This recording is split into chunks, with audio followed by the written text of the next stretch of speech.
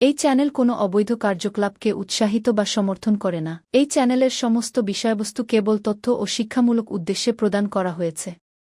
যদা যদা হি ধর্মস্য গ্লানির্ভবতি ভারত অভ্যুত্থানমধর্মস্য তদাত্মানং সৃজামি।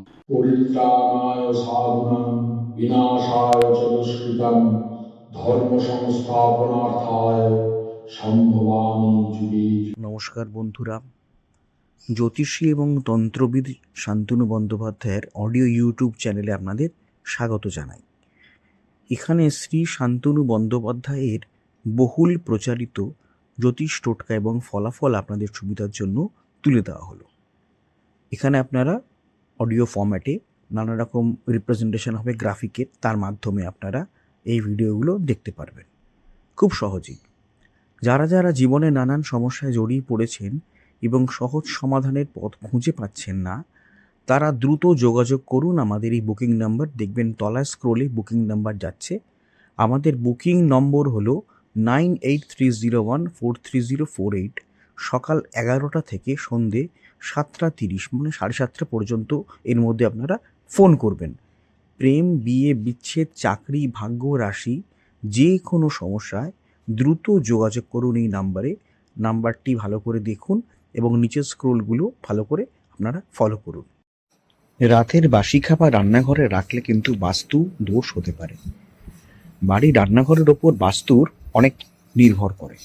বাস্তু ভালো থাকবে কি খারাপ রান্নাঘরের ওপর কিন্তু অনেকটাই নির্ভর করে। রান্নাঘরে দেবী অন্নপূর্ণা বাস করেন বলে শাস্ত্রে বলা রয়েছে।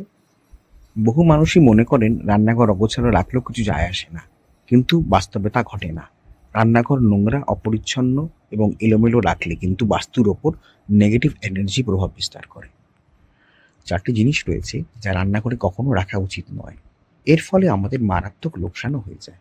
কি জিনিস? না, বাসি খাবার, ময়লা, মরচে ধরা জিনিস এবং ভাঙা বাসন। কোনো পাত্রের কোনাতে অল্প চিড় ধরলেও সেটাকে ব্যবহার করা উচিত নয়। পুরনো কোনো বাসনে অনেক মায়া থাকে, এই বাসনটি ওখান থেকে কিনেছিলাম, এটি ওখান থেকে কিনেছিলাম, এই ভেবে আমরা রেখে দিই, কিন্তু রাখা উচিত নয়। চিড় ধরা, ভাঙা বাসন এবং টুকরো হয়ে যাওয়া কোনো জিনিস, কোনো ধাতুর পাত্র রান্নাঘরে রাখা উচিত নয়। এর ফলে কিন্তু সফলতা আটকে যায়। মরচে ধরা কোনো জিনিস রান্নাঘরে রাখলে আখেরে আপনারই ক্ষতি হবে। মরচে ধরা বাসন, মরচে ধরা তৈজসপত্র, তেলের বাটি, মরচে ধরা কোনো ঢাকনা রাখা উচিত নয়। মরচে ধরা কোনো হাতা, সরঞ্জাম, কড়াই খুব খারাপ। দেখুন, কষ্ট হলেও মরচে ধরা বাসনগুলো সরিয়ে ফেলুন। একটু অর্থ ব্যয় হবে, নতুন বাসন কিনে নিন। কারণ মরচে ধরা জিনিস কিন্তু নেগেটিভ এনার্জি শুধু আনে না, আপনার ব্যক্তিগত জীবনেও কিন্তু প্রভাব বিস্তার করে। এই মরচে ধরা বাসনপত্র রান্না করলে কিন্তু আপনার রান্না যেমন হজম হবে না, প্রধান জিনিস, সেকেন্ডারি হচ্ছে আপনার মানসিক অবস্থা কিন্তু পুরোপুরি বিগড়ে যাবে। নেগেটিভ এনার্জি আপনার শরীরে, আপনার মনে, আপনার বাসস্থানে ছড়িয়ে পড়বে। এগুলোকে রাখবেন না। মরচে পড়া ছুরি দিয়ে কোনো কিছু কাটবেন না।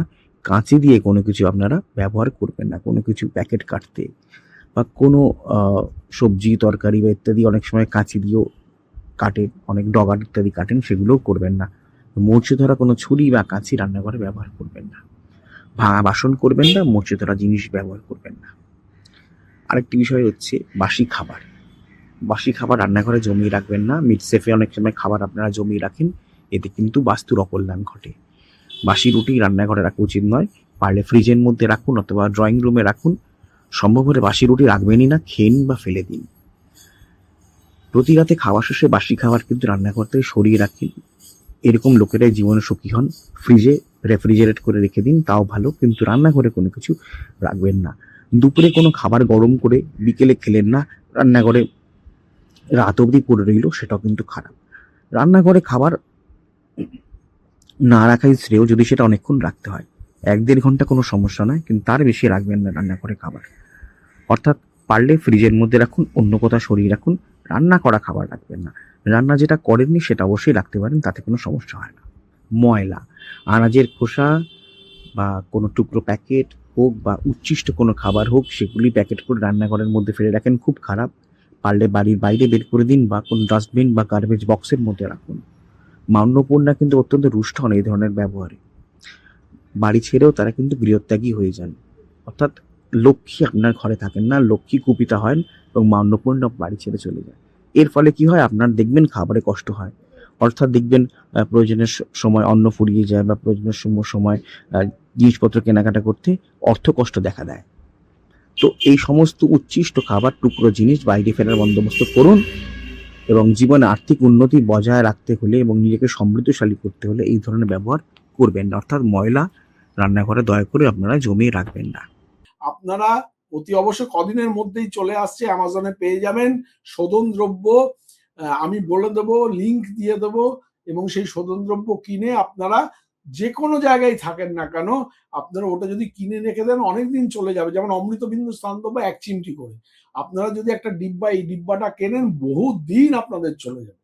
হ্যাঁ, আপনারা অতি অবশ্যই কিন্তু অ্যামাজনে গিয়ে নবগ্রহ বাথ পাউডার বলে সার্চ করলে এটা পাবেন। আর তারপর শোধন দ্রব্য আমি যখন করে দেবো আমি বলে দেবো, ইন্ডিয়া মার্টেও পাবেন। আমার যে আরেকটা নিজস্ব ওয়েবসাইট ananddarshan.com, সেখানেও আপনারা পাবেন। আচ্ছা, একটা কথা আপনাদের বলি, সেটা হচ্ছে অডিও ট্র্যাক। আপনারা হয়তো আমার ভিডিওটা চালালেন এবং দেখলেন যে প্রথম থেকে সেটা ইংলিশে হচ্ছে। মুশকিল, শান্তনু ইংলিশে বলতে শুরু করছেন। না, ব্যাপারটা তা নয়। 3টে ল্যাঙ্গুয়েজে আমাদের ভিডিওটা সেট হয়ে যায়। অনেক সময় দেখা যায় হিন্দিতে আরম্ভ হয়ে যাচ্ছে, অনেক সময় দেখা যায় বাংলাতেই যা চলছে, আবার অনেক সময় দেখা যায় ইংলিশে চলছে। তো এটা যখন আপনারা চলবে তখন আপনারা কি করবেন? কিচ্ছু না, ভিডিওর যেটা চলছে তার ঠিক ডান দিকে দেখুন কোনায় একটা চাকার মতো একটা সাইন আছে, একটু ক্লিক করলে দেখতে পাবেন চাকার মতো সাইন আছে। সেই সাইনটাকে ক্লিক করবেন।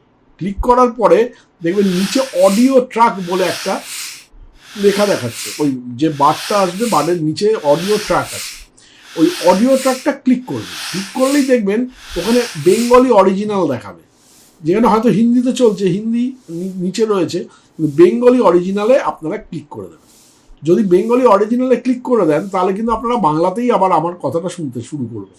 হ্যাঁ, সুতরাং চিন্তা করার কোনো কিছু নেই। এই যে আমি স্ক্রিনে দেখিয়ে দিলাম, এইভাবে আপনারা অডিও ট্র্যাকটাকে জাস্ট চেঞ্জ করে নেবেন। হ্যাঁ, অডিও ট্র্যাকটা চেঞ্জ করলে আপনারা আবার পুনরায় আপনারা বাংলায় বা ইংলিশে বা হিন্দি থেকে আপনারা বাংলায় ফিরে আসতে পারবেন। যাই হোক।